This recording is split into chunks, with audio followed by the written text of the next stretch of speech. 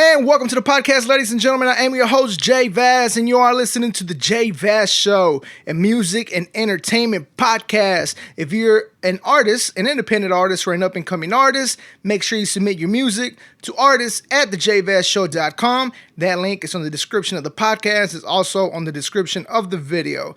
If you haven't done so, make sure to hit the subscribe button. Also, subscribe to our podcast on Apple Podcasts, Google Podcasts, Spotify, and all other streaming services. This week is going to be a good one, but make sure you subscribe. We got interviews with Castro Escobar, Big C's of Hate Approve, GT Garza. We got a lot of good shit coming up, so make sure to hit the subscribe button, like the video, comment on the video, let us know who you would like to see on the upcoming episodes. On today's show, we're joined by Houston artist Padron. He'll be talking about his upcoming projects. He'll be talking about joining the still Rollin Lowrider movement. We'll be talking about the track that he did with Cassette Coast called Still Rollin'. That and much more on the JVaz Show, baby. Let's go!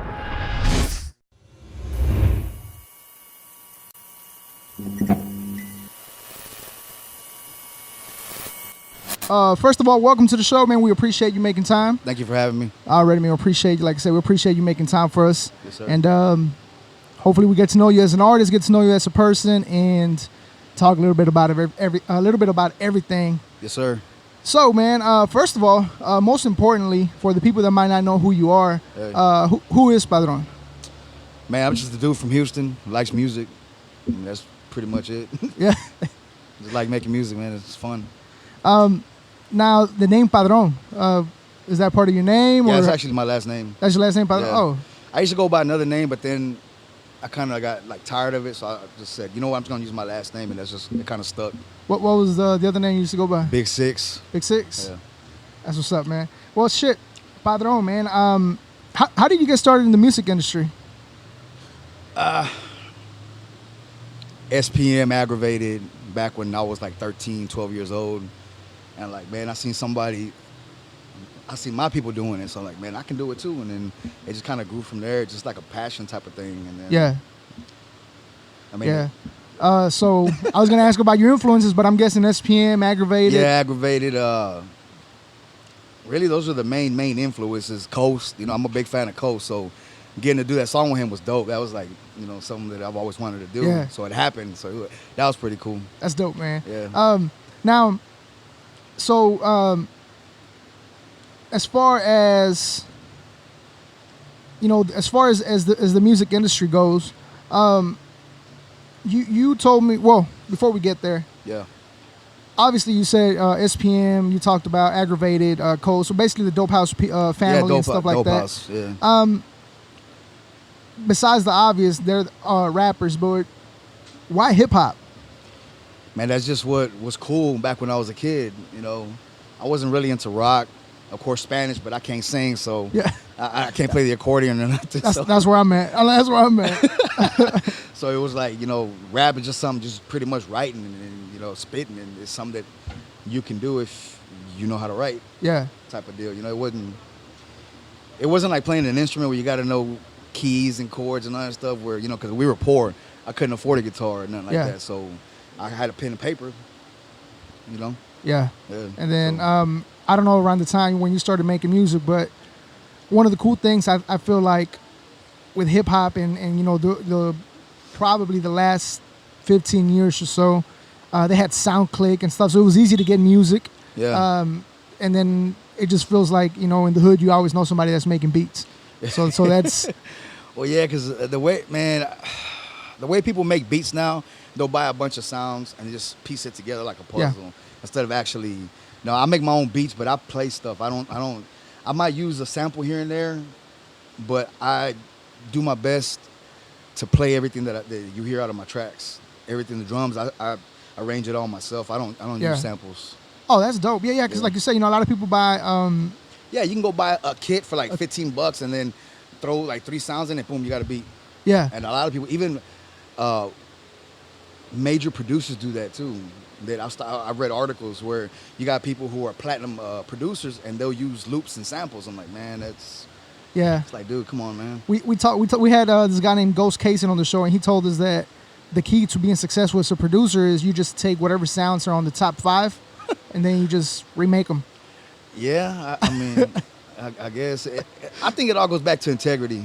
But at the same time, everybody wants that. I mean, I see it too, because if I can put together something real quick and then sell it for X amount of money, or give it to if I got the connections to a major artist and he puts it on, I start getting royalties. I mean, you know. Yeah. But I'm not. I don't know. I'm not the type to be. Money's not everything to me. I'm not that type of person. So you do music more for the passion? Yeah, pretty much. I mean, I started doing this again just for fun. Yeah. Because back in the day, I mean, you had to have backing from people. People had to co-sign you. Yeah. You had to get on the radio. I mean, yeah, you could sell out the trunk of your car, but I wasn't, you know. I was young and I already had a family, so I couldn't, you know, I'm not going to be out on the streets trying to sling my CDs. I had to go work, so you know, that type of thing didn't work for me. But now, I can make a song in a day in my bedroom, load it up, and it's out. Just like that. I don't have to answer to nobody. I don't have to turn nothing in. You know, it's more for fun now. It's a hobby. Yeah, that's what's up. So, you know, you're talking about back in the day when you started making music. You had mentioned to me before that you had previously done music and then you decided to step out of the scene. Yeah, because, all right, so during the I guess we're going to call it the Mexican invasion here in Houston with rap or Latin, I had a couple songs. I was with this label, and I had a couple songs, and then we got in front of some pretty important people. Not the people that actually, not the artists, but the people that are the gears to the watch that make it run. And I seen all the fuckery and the snakery that goes on, and that shit turned me off to it, man. Because it was something that I love doing just to do it, and then you start getting into the business side of it, and it just kills it. I'm like, man, I don't want to deal with this person. These people, they're just out to get you. You know, the contracts they offer you are slave contracts. Like, really, they're taking all your publishing, all your mechanical royalties, all your performance royalties, everything. You get nothing as an artist except for this label saying, hey, you're one of our artists. You're one of ours, yeah. Yeah, man, so it's like, I saw that. I'm like, man, I don't want to do that. You kind of lose respect for the music industry. Yeah. Myself, you know, I've talked about this on previous episodes of the podcast. When I was making music, one of the reasons that I stepped away from making music was because I lost respect for the way things were behind the scenes, so to speak. Yep. And like you said, one of my biggest issues was when people that did it just to bullshit, that had no passion for the music, were getting props. For example, mumble rapping, and I get it. It's not rap. It's mumble rap for a reason. Yeah. But I feel like as the kind of music that I like, I don't respect that. So yeah, me neither, man. So when you see those people getting all that shine, it's like, come on, man. Well, what it is okay. So back at that time, I got approached by a label to do a developmental deal, and what these labels do is they'll sit down and they'll create an artist, like kind of like a TV show, and they'll create, okay, we're gonna do this, this, and this. But you gotta find somebody to fill that spot. That's what they do, and that's a lot of it. That's what that is. Like, you see all these guys that look a certain way. They're not really like that. It's these labels that created this persona, and they're selling it to everybody, and all the kids think it's cool. That's all that is. Yeah. So that's another thing. I'm like, man, these people not writing their own stuff, you know, just. But at the same time, I mean, they're getting their money, so I can't say nothing about it. But see, I'm glad you touched on that, because one of the things that I see, especially a lot on the internet, and I don't know if you're familiar with Russ. He had an interview, and he's like, it's usually this 10-year-old suburban kids that are commenting this shit. But there's one thing to be talented, and there's another thing to be making money. Yeah. So if you get on Facebook or Twitter's where it's at. So if you want clout, that's where it's at. Right. So if you get on Twitter and you say, you know, for example, I don't even know who's a mumble rapper, but Lil Yachty sucks. Like, let's say you say that. Lil Yachty sucks. Agreed. The first thing somebody's going to say is, oh, he's making all that money, though. I get that. That's not what I'm saying. Yeah. What I'm saying is, he sucks. Just like that whole Migos and Bone thing. Yeah. Migos first thing, oh, let's have a bankroll. Nah, man, it ain't about the money. It's about the art. Yeah. Who's better at it? You're going to sit here and say that you're the best group ever? Come on, man. So do you feel like hip-hop has... I'm not going to say ruined, but do you feel like the mentality that people nowadays is it's all about money? Yes. It's all about, I don't care if I got bars. What I care about is that I'm making money. Yes. And hell yes. As preach, a person, brother, preach. As a person that loves the music for passion, not just for money, how do you feel about that? I mean, it sucks because everything that's getting played on the radio is garbage, with the exception of a few songs. I can't say that because these female rappers, they're coming out with some pretty dope stuff now. That's kind of the thing right now. Is like the women rappers, they're kind of taking over, which is cool. Some of them I don't like their music because, I mean, it's just tacky. But there's a couple out there that are dope. It's like the dope artists, they don't get any play. Yeah. You know, and the whack artists, they're all over the place. I don't understand. We had Mr. Wired up, and he was telling us he actually did a remix to one of his tracks when it had 20 females on there. 20 Houston are females. Yeah. And they're kind of taking over the scene, so that's kind of a good thing. From the moment when you stopped making music last go around to now, how have you grown as an artist? Man, I don't even know. I can't answer that. I don't know. Man, like I said, I'm not trying to be an artist out there like, oh, look at me. I'm just making, because I like to do it. I'm making music and I'm just throwing it out, and people are digging it. Some are not, so, you know. Yeah.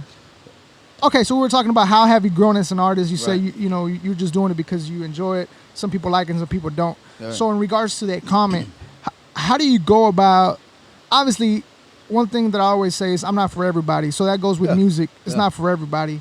How do you deal with those kind of, let's just call it negativity, when people try to bash your style or whatever they're bashing on? I don't care what people say. I don't care about people's opinions because they don't pay my bills. So so I just do what I do because I feel like it. You like it, cool. If not, well, too bad. Sorry. Yeah. I apologize for the inconvenience. It's not for you. Yeah. So I've heard a couple of your tracks that we've got our hands on, and you get the H-Town feeling to them. You get, I can't remember what, I think it was the So H-Town track you did with Coast. We'll talk about that here in a second. But on that track, you had some lines that I was like, I get that SPM feeling to it. Right. Yeah. So on you get that kind of music, and then we got the one that you sent. What was the one that we had a couple weeks back, where you got the storytelling to it? You started. You Deserve Better with Jessica Jeans. You Deserve Better. Yeah. So two different styles of music. Which one do you enjoy doing better? I like it all, man. Like what I was working on my album, and the first thing that I set out to do was I don't want the one song to sound the same as the next one. So down from the beats, I use different type of tracks, different types of songs, like I said, stories, and just different. Now I lost my train of thought. Just different subjects to talk about. Yeah. Because you get some people that rap about the same thing on every single song, and every song sounds exactly the same. I didn't want my stuff to sound like that, so I made it a point to make each song different from the rest. Yeah. So speaking of making, songs sounding different, one of my things that happened to me when I was making music was I did a song called I Apologize, which was more on a personal level. And when I did that song, I sat there and I looked at started listening to my music, and I was like, all right, so I can do this bullshit music, which comes to me easy. I can sit here and just write easily, or I can sit here and just talk about life. And when I got to that point, I was like, if I'm not going to make this style of music, I'm done. Right. I want it to be like that. Did you ever feel like that? Like you're like, again, I enjoyed talking about like stories. Do you ever feel like that when you put your music together? Sometimes, but the way, whatever hits me, that's what gets on paper. If I got a beat and I feel like I need to talk about some real stuff, that's what I'm gonna talk about. If I feel it's gonna be like a club type of song, like that Juicy song I just sent you, that's more of a club type, look at the females. Yeah. It's just, man, I'm all over the place. I'm not. You say you make your own beats. Right. How much easier or how much more difficult is that putting a song together? It's actually easier because I don't have to go to somebody and pick their tracks and then like, okay, I got to write to this track. I make a beat every day, and the ones that really stick to me where the words just flow out, those are the ones I keep, and the other ones there, I give them away to people. A lot of these guys, they're trying to sell them. Man, here, take it. That's actually what I'm doing with Shadow. I'm just chunking them beats. Every time I make a beat, I just send it to them. Hopefully they'll pick something up. Yeah. Yeah, that's a good connect to have. Yeah. Now, so as far as your production goes, on your album or just on the music that you work, period, do you work with other artists, other producers to put your songs together, or is it mainly just you?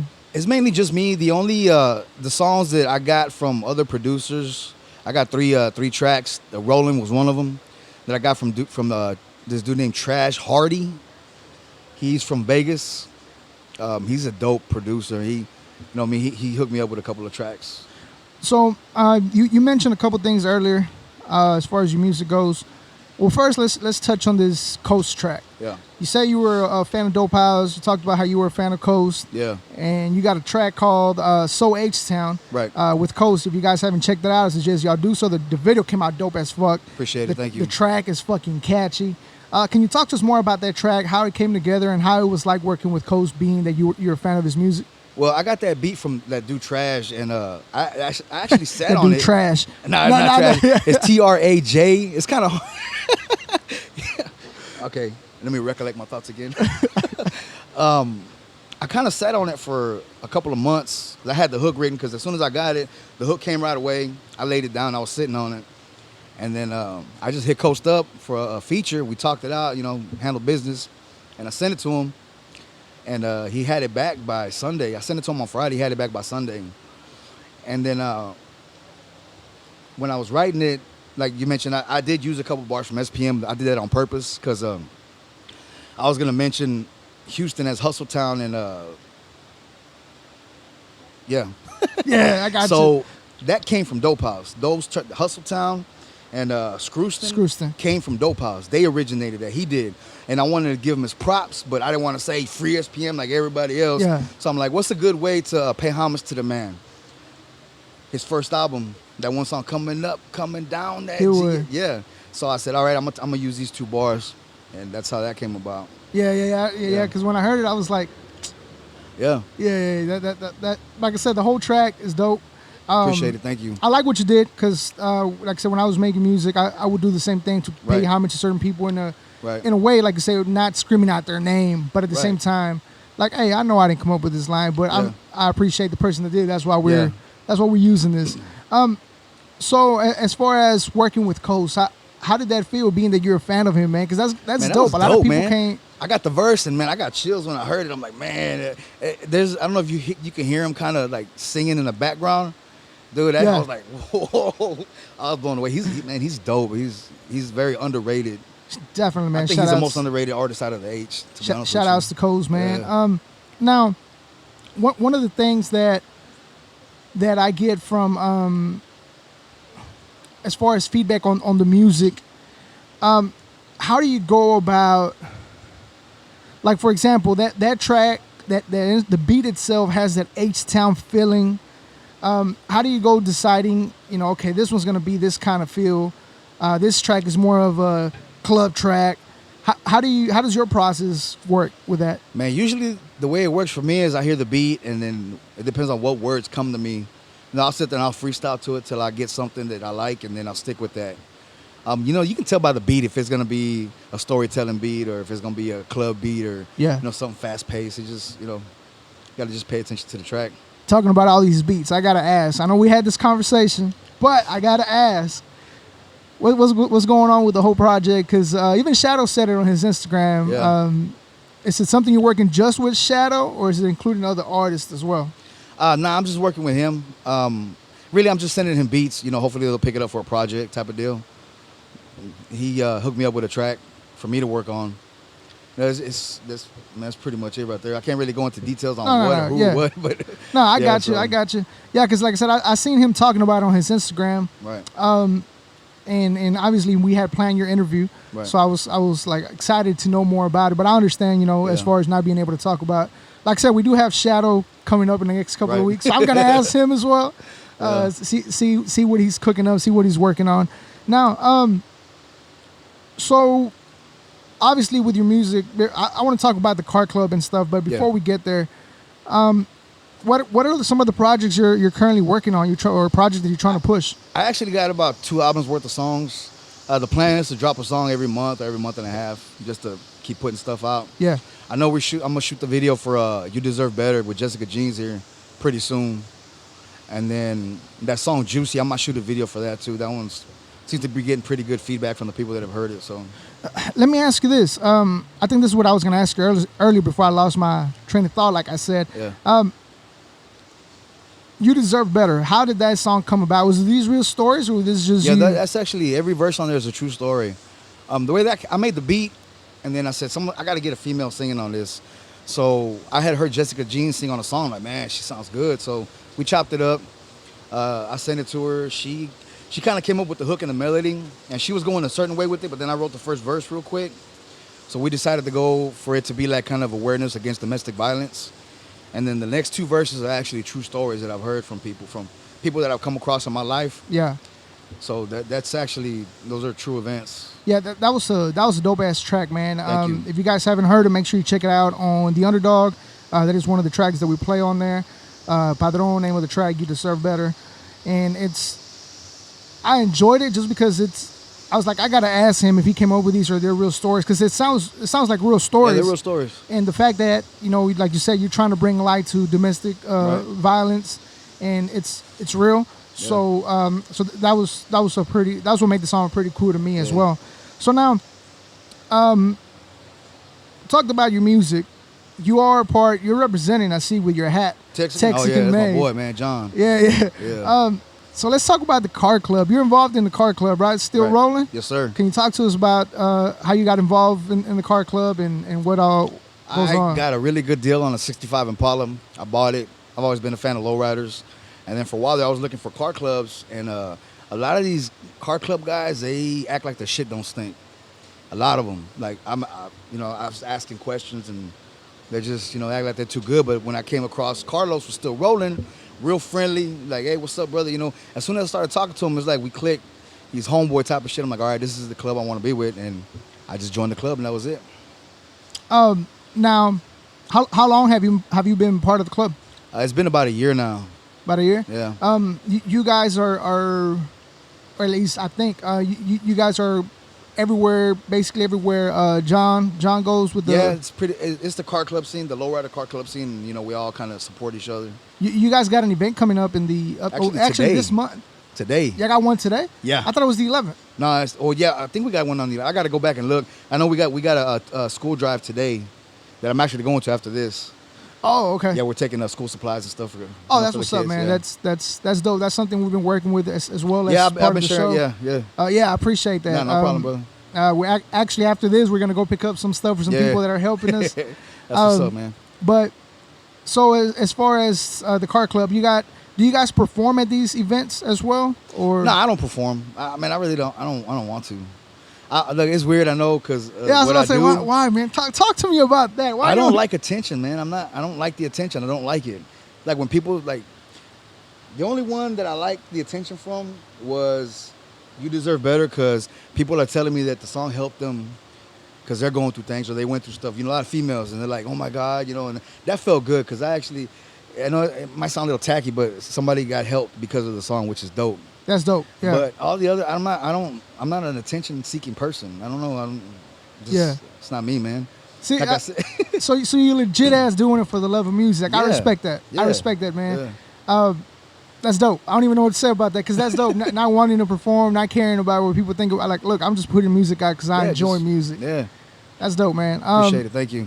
So now, let's talk about, you're in the car club. Let's talk about your love for cars. Has this been something you've always liked since you were a kid? Yeah, man. Since I was a kid, I used to go, man. Oh, no, I don't get in trouble for this, but I used to go steal lowrider magazines because we couldn't afford them. I'd go to the Eckarts, back when Eckarts.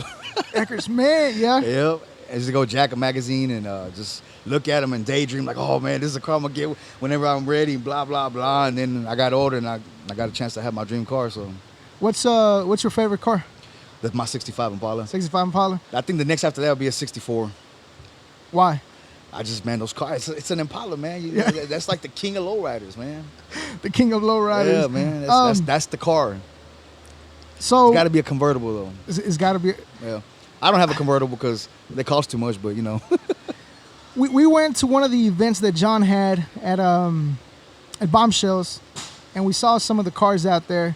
I don't know if we caught one of your cars or not. Were you out there? I wasn't out there. I don't remember running into you, but they do the Bombshells all the time. Yeah. Yeah.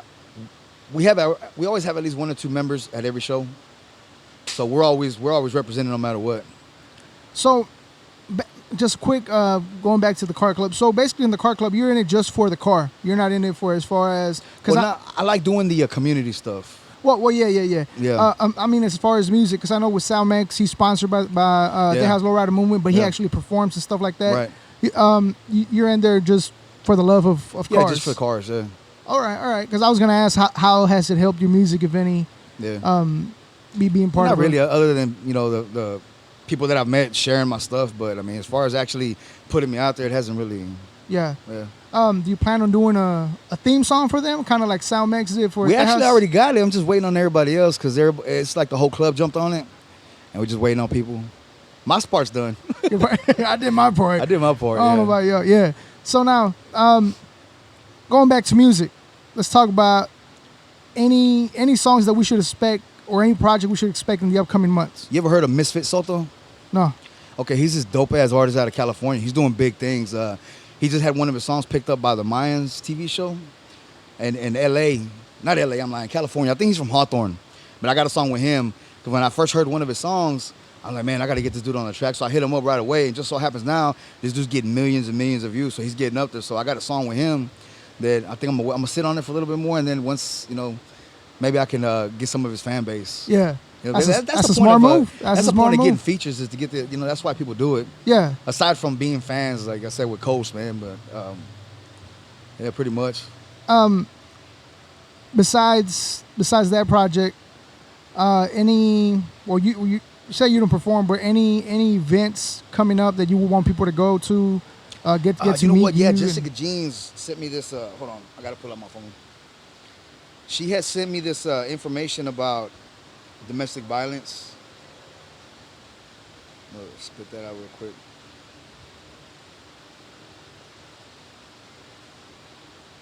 Gotta find it.